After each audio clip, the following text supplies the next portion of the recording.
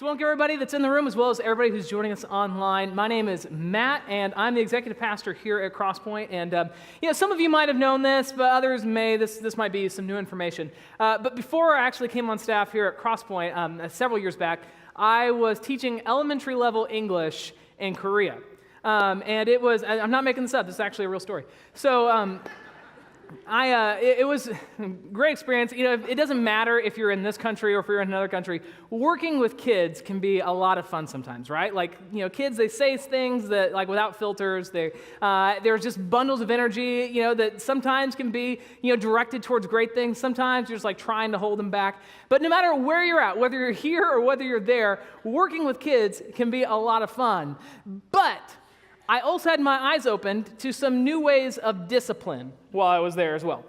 So here's what happened one day. I walk out of the teacher's area, and I see this kid standing in the lobby of the school, and there's probably like 30 or 40 other boys like surrounding him, like just like saying stuff at him, like pointing their fingers, and I'm like, what is happening? Is this like a fight or something? And like there's no actual fighting, and then I look and I see there's one kid in the middle, and he's just holding an 8.5 by 11 piece of paper, and there's something scribbled in Korean on it, and he's just standing there, and in the Korean equivalent just saying, shut up, shut up, shut up.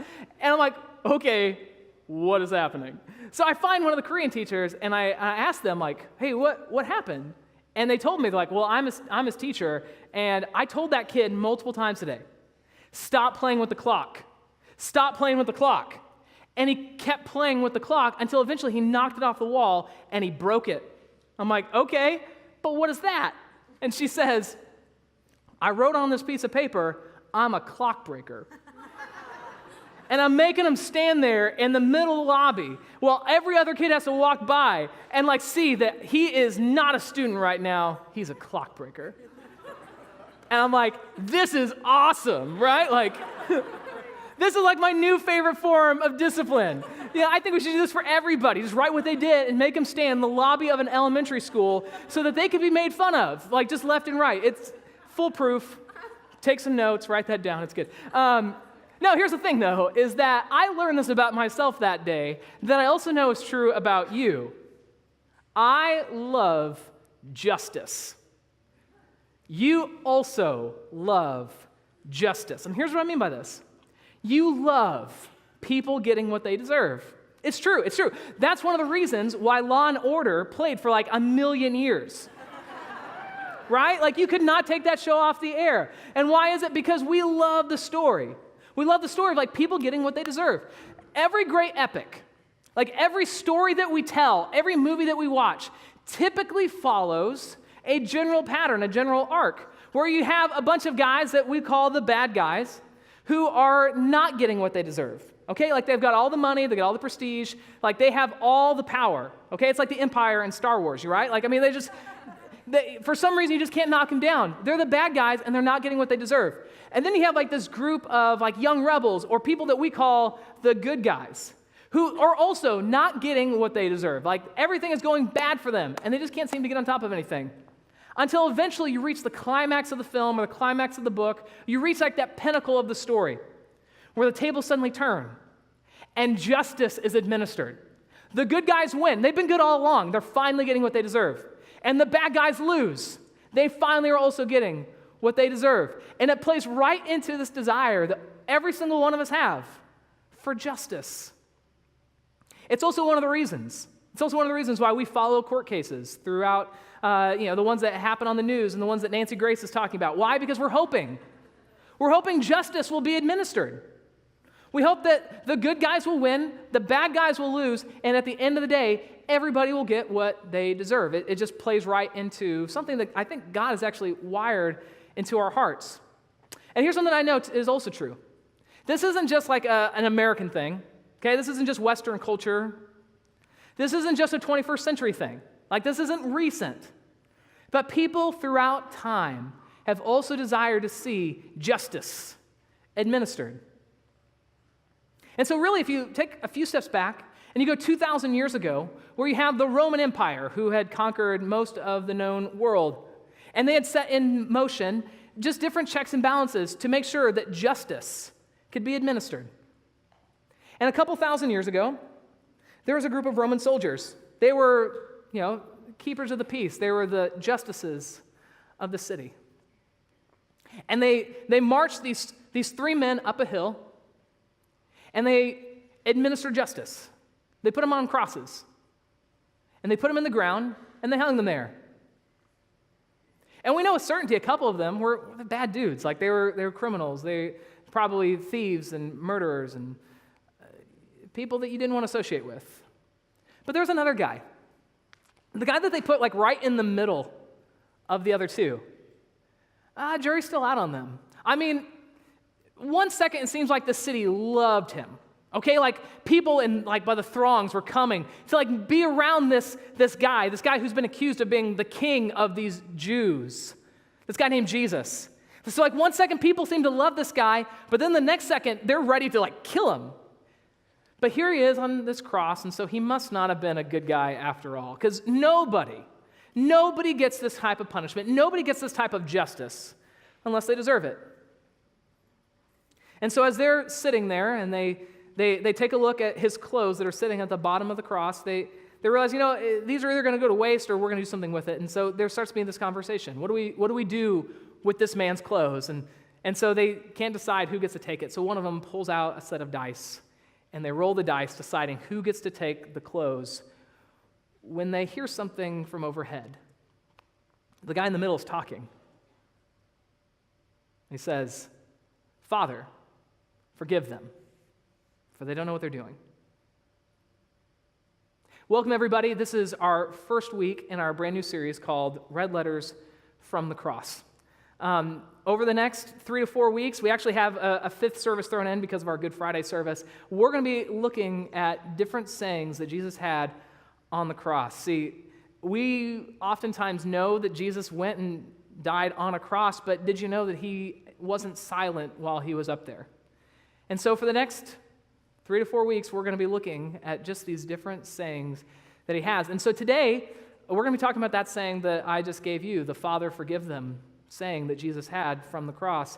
And there has potential for this to be a little deep. There might be parts of this that, just depending on where you're at, might be painful. There will definitely be parts where you probably won't like what I'm saying. But no matter what, I'm praying that we would be able to really find out what God would have for us today. So I just want to take a quick time out, and I want to pray. I want to pray for God to speak to all of us today and for us to kind of know what he would have for us. So if you would join me in prayer. God, we love you, and we thank you just for giving us this message through your word. I pray that we wouldn't lose sight of all of the important parts that you would like us to take note of, and that, God, that we would be receptive to the truths even when they are hard for us to accept. And so, God, I pray that you would give us the courage to take the right steps, that you would give us the understanding to know what applies to us, and that, God, that you would speak through me today, and that you would get all of my junk out of the way, and that we'd be able to focus solely on you.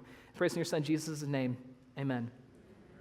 So that quote that I gave you a little bit ago, I actually want you to see this in context. I'm not just making this up. So this is Luke 23, 32 through 34. Let's just, you don't have to read this out loud with me, but I'll read it and you just follow along. So 2 others, both criminals, were led out to be executed with him. When they came to a place called the Skull, they nailed him to the cross. And the criminals were also crucified, one on his right, one on his left. And Jesus said, "Father, forgive them, for they don't know what they're doing." And the soldiers gambled for his clothes by throwing dice. Now, here's the reality. Yeah, we read that. We talk about it. I mean, there's like 1 billion people on the planet who will gather in places of worship this weekend to talk about this whole thing, the idea that Jesus was on a cross and that he died and he came back from the dead. And we get that. But the reality is most of us are pretty numb to the story at this point. All right? I mean, it's so ubiquitous. Like by the time your name becomes like a curse word, like it's just like the story has like reached its max potential, okay? And so Jesus' story is one that is heard on repeat over and over and over. But many times, we have lost the punch in this. We've lost the feeling, the understanding of truly what happened to Jesus on that cross. And so I want to take a step back and just try and examine this maybe from a 30,000-foot view to really see exactly how significant this was. How significant was it that Jesus actually said, Father, forgive them, for they don't know what they're doing? And so there's actually this reputation, there's this title that Jesus had named the Word. Jesus was known as the Word. And the book of John, who's one of Jesus' close personal friends, he actually wrote it this way. This is John chapter 1, verses 1 through 5. It says, in the beginning, the Word already existed. Well, the Word was with God, and the Word was God. He existed in the beginning with God. God created everything through him, and nothing was created except through him.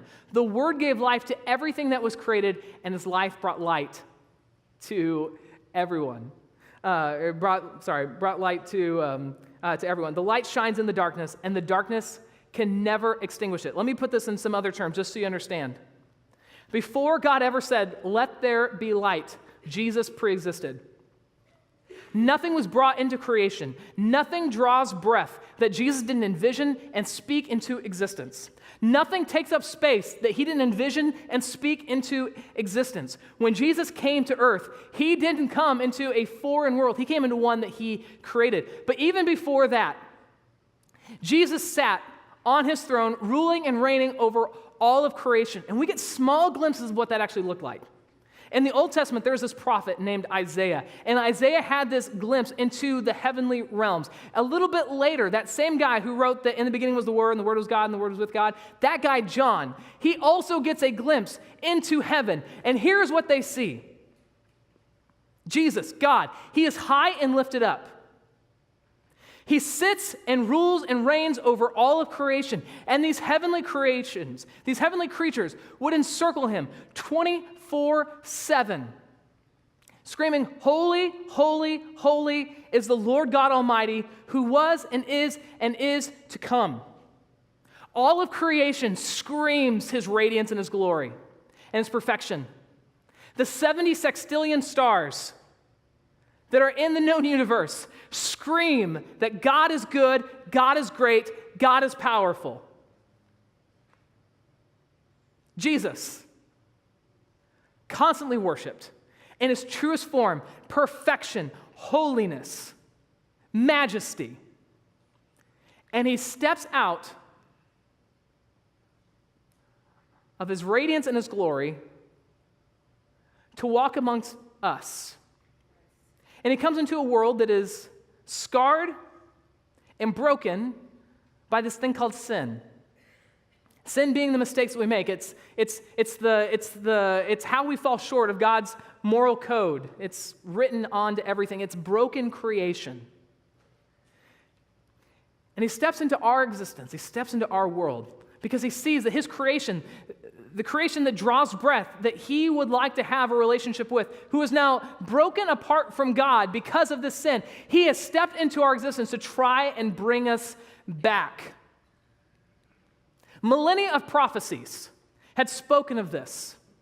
And here he is now born as a baby, having to learn to walk just like any other person, having to learn to talk like any other person. And he lives not just a good life, not just a great life, not even the best life yet. He lives a perfect life, holiness incarnate. And when he goes into different neighborhoods and cities, he finds the blind and he gives them their sight back. He finds the deaf. They can now hear again. He finds the sick and he brings healing. We see stories that he finds the lepers who had been ostracized from the rest of society, the ones who had to break relationship with their family and their friends. They had to quit their jobs. They had to quit providing because they were unclean and they could not have contact with somebody else. Jesus interacts with them, and he heals them. And now they're not just made whole physically, but now they're made whole socially and in their family, and they're able to go back home and eat dinner with their kids and with their spouses. He puts together an inner circle. And he doesn't just bring together like the people who have all the right answers. He's pulling in these tax collectors. He's like, you know what? I'm going to write a new story for you. And so he brings these people that the rest of society had said, no, those are bad guys. He brings them into his inner circle. He goes and he has dinner with the people who are called like the drunkards and like the sinners and the people that nobody else in good Jewish society wanted anything to do with. He goes and he approaches women, which is a big no-no. And he goes and he not just interacts with women, he finds women with bad reputations and says, follow me.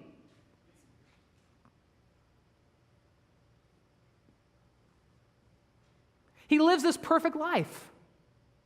I mean, you could find no fault in him whatsoever. But he was stirring stuff up. He was changing the norms for people. People had this idea of like, what exactly does it mean to follow God? And he was saying, no, it's a little different than what you've always expected. And it starts to create this fervor of hatred towards him. And then one day, he's betrayed.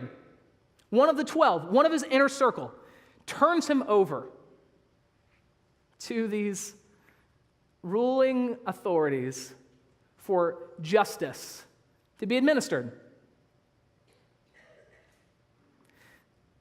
Jesus would then go on that night to sit through 6 trials in total. 3 that were administered by the Jewish authorities, 3 that were administered by the Roman authorities.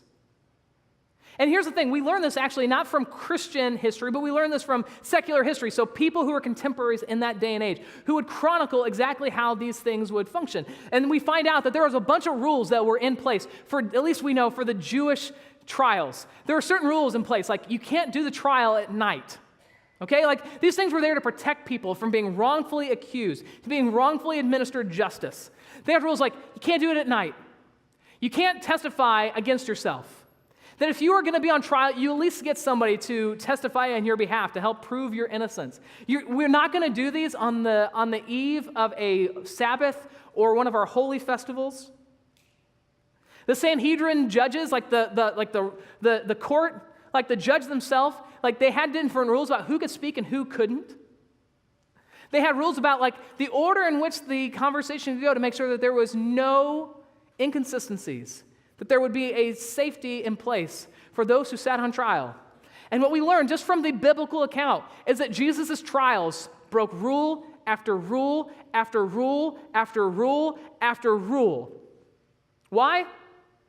Because they believe no justice needs to be administered. And even if we have to fudge a couple of the rules, it's worth it. So then they hand him over to the Roman authorities. And they hand him over to this guy named Pilate. And Pilate is in suddenly this no-win situation. Because he knows the crowd, he knows the city. He knows half the city loves Jesus, the other half hates him. And so no matter which side you land on, you're going to offend half of the city. And he doesn't really want any part of this. And so he gets this brilliant idea. Here's what I'm going to do. We have something in our tradition where we take 2 people and we say, who do you want released to you? Do you want this guy or this guy? And they're able to send one guy out to live, pardoned from his crimes. And so Pilate goes and he finds one of the worst people he possibly can, a guy named Barabbas. Barabbas had a terrible reputation. Barabbas was a guy you did not want moving in next door. Like he was a bad guy. And so Pilate says, who do you want released? Jesus or Barabbas? Thinking there's no possible way. There's no way the crowd will turn on Jesus here. That they'll definitely release Jesus and Barabbas will get to be the one who is punished. And I found my way out. And sure enough, despite the fact that Barabbas was a terrible human being, what did the crowd say? Release Barabbas! Release Barabbas! And Jesus has to sit there and he has to hear this. A guy who lives like a perfect life, who done so much to help people who were marginalized and hurting. He has to hear how the crowd screams, nope, kill that guy, release him. So Pilate says, okay, we're releasing Barabbas. And he sends Jesus over to be scourged. And I did some research on this, and just so you know, I did not own this until a couple days ago.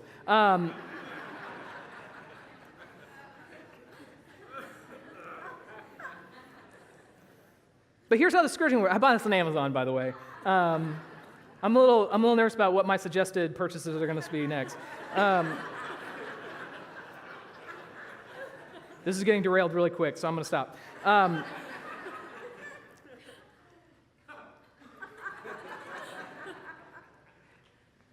So they would use this whip called the flagrum. And it had these 9 ends to it. And typically what they would do is they would put bone and metal inside the ends of the flagrum. And they would beat the prisoner. And as they would hit,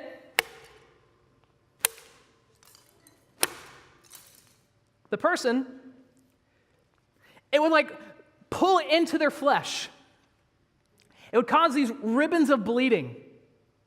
They said that a lot of people who were scourged with the flagrum and the cat of nine tails, there was possibility of bruising their lungs, in some cases like causing their lungs to collapse.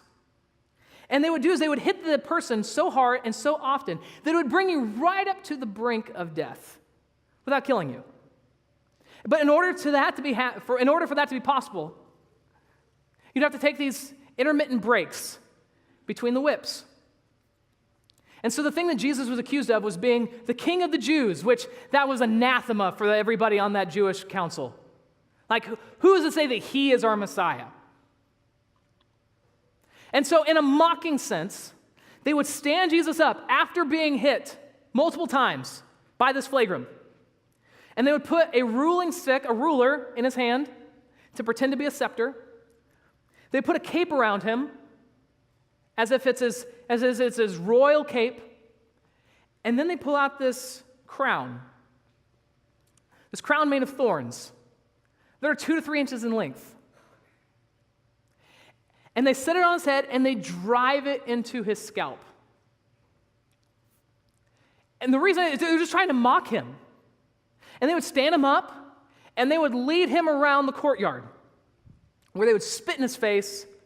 They might hit him. They definitely would mock him and they would jeer him just until they bring him right back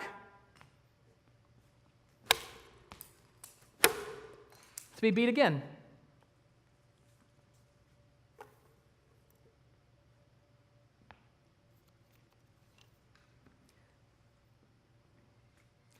So then after they beat him, turns back to the crowd, now what would you have us do with him? Crucify him. Crucify him.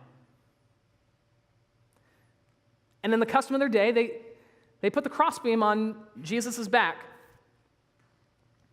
I mean, he's just been beat mercilessly. His back is torn to shreds, and now he's got this big, dirty, wooden crossbeam on his back. And the way that they would make you carry it, and keep in mind, he's been up all night. He is exhausted. Like he is completely and totally gassed. Every time he trips, he cannot catch himself. He would go right into the stones, his face hitting as hard as possible. Jesus is so exhausted, he actually can't make the trip on his own. And so they find this guy named Simon. He was called Simon the Cyrenian. And they give him the crossbeam to carry the rest of the way because Jesus cannot physically make it. And so they get onto the top of this hill. They lay him down. And they drive these, they say they're nails, but probably a closer approximation would be a spike. They drive these spikes through both of his hands and his feet. Now, if that's not painful enough, I learned this as I was doing research, that one of the things that would happen is they would pierce the hands. It would hit on this thing called the median nerve, which would cause this affliction called causalgia. And I'm sure I butchered the name of that, so don't correct me because I know it's wrong. But here's what this would do, is this would send these waves of irritation and heat through your body. And it said that basically if you were to have your clothes just like brush against your body, it would send these like throbbing pains through your arms and your legs. If you have like a brisk wind, if there's anything jarring, if you have any emotional like turmoil happen. It just sends these shocks of pain through you. So they lift him up, they drop him into the hole. And then what happens is the real pain starts to happen. See, the thing with the cross is like it's been bad. It's been really bad so far, no question. But crucifixion, part of the pain of it is as you're hanging there on the cross, your arms can't keep you up. And so you start to slump. And so now you're putting all the pressure on your feet, which are really just being like held on by a nail. And so you're trying to push yourself up against that nail, and then your legs start to cramp up. And so you arch your back, just trying to get breath without having to pull yourself up. But that doesn't last very long, and so you have to start doing this again until eventually your body is just writhing in pain as you can't stop moving for hours on end, as you just try and catch your breath. Many people say that one of the things that caused most death in crucifixions was not just like being exposed to the elements or hanging there until you starve to death. It was suffocation. That you would suddenly collapse on your lungs until you couldn't breathe any longer. And this is what he's going through. And here's something else that just needs to be understood. Like physically, this is awful. Sociologically, they're not in our Western world where it's me-centric. They're in the Eastern world where it's much more community-centric. It's an honor versus shame culture. And so when they mock him, and when they beat him and they shame him publicly, it has a much higher emotional weight than most of us could ever understand. But it doesn't just stop there either. It also goes spiritually. We actually learn from other passages of Scripture that there's something happening on the cross that escapes most of us, and it escapes most of us as we read the account. It actually says in 2 Corinthians 5:21 that Jesus became sin on our behalf. Okay, you have like this perfect God who is worshiped 24/7, totally perfect in every way, who's now experiencing the pain and the hurt of things he never did. In Galatians 3:13 it says, he took upon himself the curse for our wrongdoing. He's taking it all, something he's never experienced before. Physical, emotional, spiritual pain. And Jesus is suffering this. So here's my question to you. What would your reaction be? What would your reaction be to this? Because here's the problem. We hear the story and we think of it mostly from the sense of like, that's Jesus, I'm me, I get forgiveness now because of what Jesus did on the cross, which is true, and I don't want us to ever lose that. But I don't think we understand the significance of what he does on the cross unless we are able to put ourselves in his shoes for a second. What would you do? But here's the problem. This is so far out there, I can almost guarantee none of us can truly relate to this, right? Like, I'm very sure that most of you have not been like beaten to the point of death, emotionally scarred, and then like spiritually separated from God when you lived a perfect life. Like that's just something that's so far beyond our understanding. But I can tell you right now, I hold grudges for much pettier things. Right? I get honked at.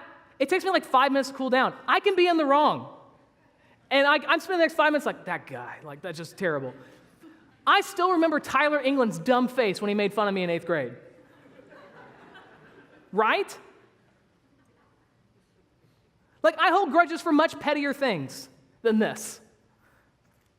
And you know, I've also been lied about. I've had people take advantage of me.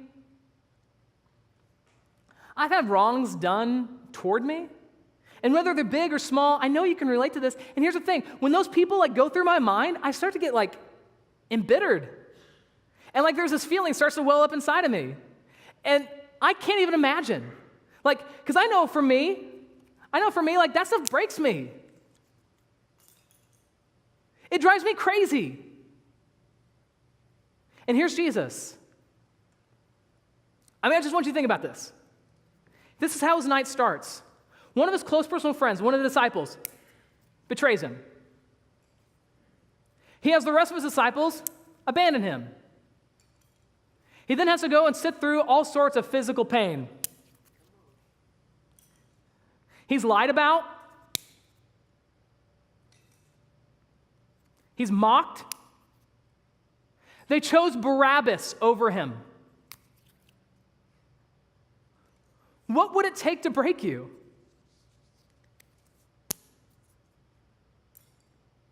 And I can tell you right now, if I was in Jesus' shoes, if I was hanging on the cross, my reaction would not be, Father, forgive them, for they don't know what they're doing. No, I would say, forget them. Like, I'm not cold toward you. I'm not ambivalent toward you. I hate you. Right? At my best, I want to avoid you, but at my worst, I want you to get what you deserve. I want justice. And the last thing I'm going to say is, Father, forgive them. But that's exactly what Jesus does. Despite the pain, despite the suffering, he hangs there on a cross. And his words were not, God, give them what they deserve. It's not a call for justice. He says, Father, forgive them. And here's the thing. If this is true, if we truly follow a God who goes through that and still says this, there are some incredible implications. The first is this. If Jesus actually said, Father, forgive them, it substantiates everything else he said. I mean, one of the constant themes through the Gospels, one of the constant themes through Jesus' messages, love your enemies. But who does that? Who actually does that? Do you love that woman who seduced your husband and broke up your family? Do you love your kid's friend who introduced them to drugs and led them down a path that they are still struggling with today? Do you watch the news and you see something about ISIS and think, man, I love those guys? No, you don't. You know what you want? Justice. You want them to get what they deserve. But Jesus' message was consistent. Love your enemies. And here he is. This whole philosophy and theory is being put to the test. He has nothing but enemies in front of him. And what does he still say? Father, forgive them. They don't know what they're doing. Now, the another implication that this has, that has massive ramifications for every single one of us, if this is true, in Christianity, there is no room for an us versus them mentality.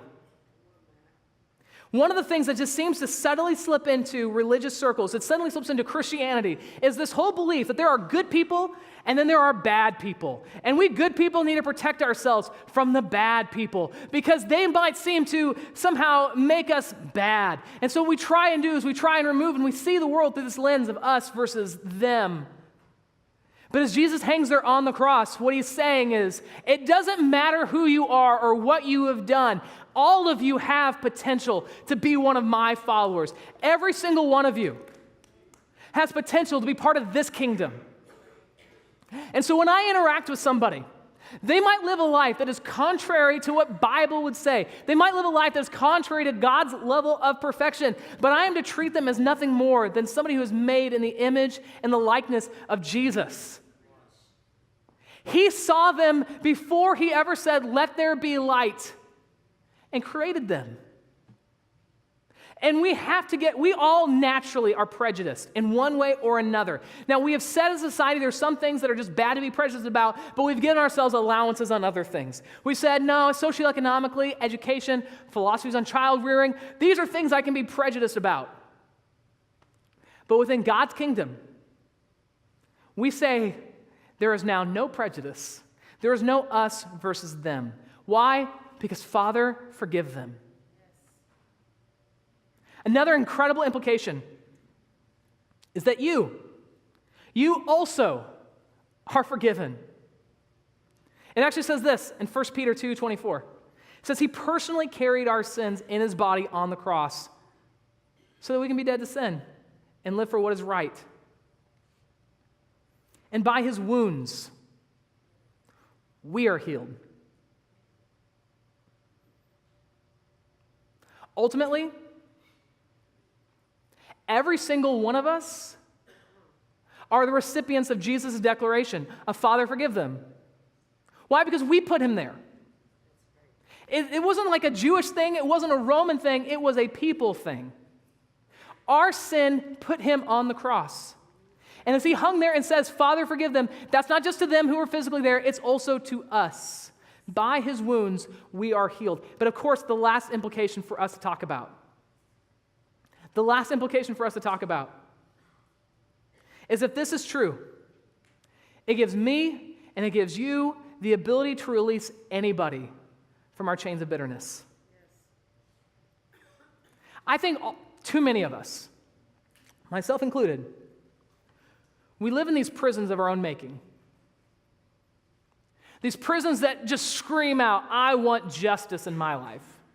You had somebody hurt you, you had somebody stab you in the back, you had somebody gossip about you, you had somebody who did terrible things to you.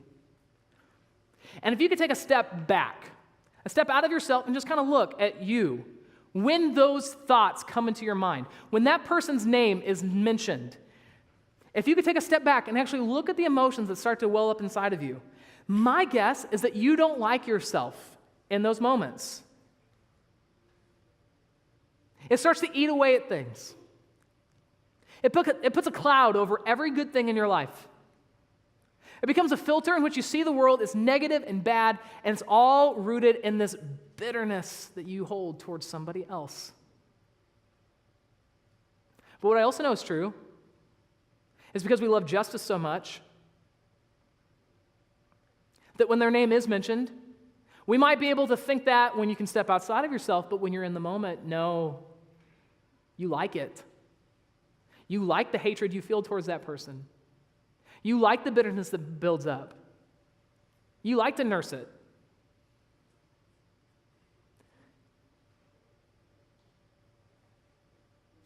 But if you're truly honest with yourself, you know that you don't want that any longer. And it takes the sober mind of a moment like this, when you can actually step outside and say, what am I going to do about it?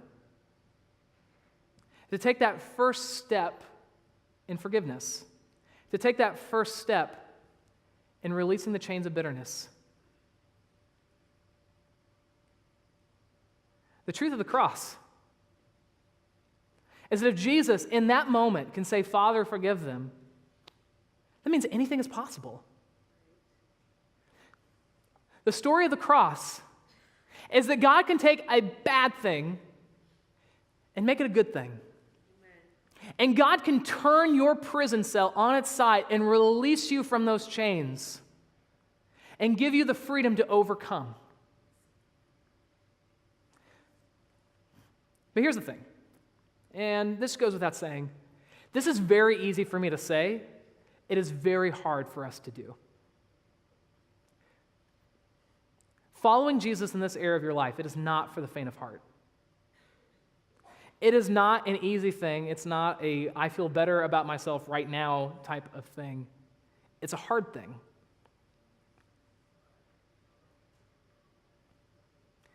But where sin abounds, grace can abound even more. Jesus has declared that we all can be forgiven, and we can extend that forgiveness to anybody else. But it starts by us taking that first step.